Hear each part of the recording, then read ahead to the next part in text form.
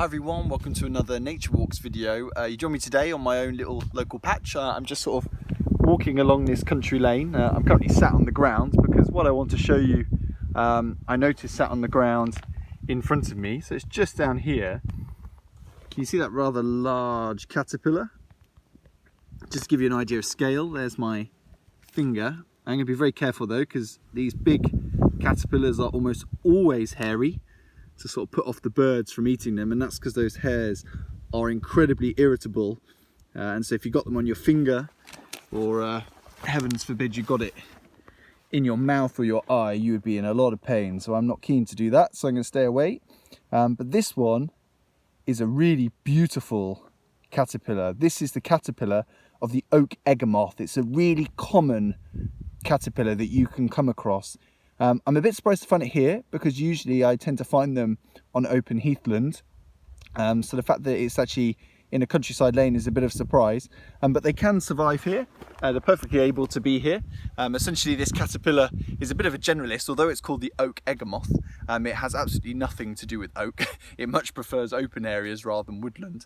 So I don't know why it's called that. I think if you look at the male, it's got kind of oak-like colours, which maybe is the only association with it. But yes, it can absolutely be fine surviving on here. One of the things that's really interesting about it is that essentially the oak eggar moth can overwinter as a caterpillar, and then the following year is when it becomes its moth. So it's one of those moths that actually requires 2 years in order to complete its cycle. So it's quite a long time that this one would have been sat in probably this dense hedgerow just here, waiting for spring to come, waiting for it to warm up before essentially emerging. And that's essentially what it's doing here. It's just it's not dead, I promise you. It's just sort of sat here warming up on the stones, because it's got no other way of warming itself up, and so it's quite common that they sort of sit and bask. Although I'd say that this is a pretty open location for it to bask, so probably not the best idea. In terms of IDing them, and they're all generally quite easy. If you just sort of take a picture of the top pattern, so have a look at it from the top and have a look at it from the side. I mean, this one is quite distinct because it's got these sort of little white chevrons going down the side, and not many other markings. Sometimes they have like circular rings, sometimes they've got other colours on the sides, like oranges and blues and greys, but this one's quite a simple one, and as I said, a very common one, so probably one you can identify.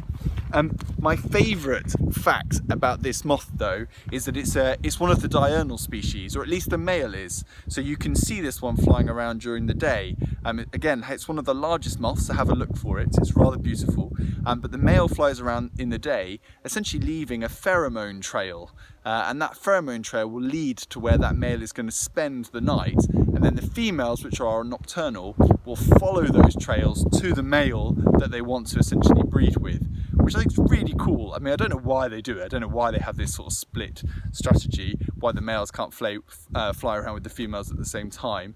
My only thought is that obviously there are lots of moths, lots of pheromones during the night, and so maybe it's a good strategy that if you fly around and leave your trail in the day, that way you don't mix your pheromones up with lots of other species. But who knows, just one of my theories. So yes, so good moth. I'll leave you with a picture of it. Nice cool one to find, fairly easy to come across. Just have a look, and as I said, just take some pictures of it. Do a quick Google, usually a Google of something like UK hairy caterpillars, and you'll find a guide and you should be able to identify it. So nice easy one for you. Okay, hope you enjoyed. Bye.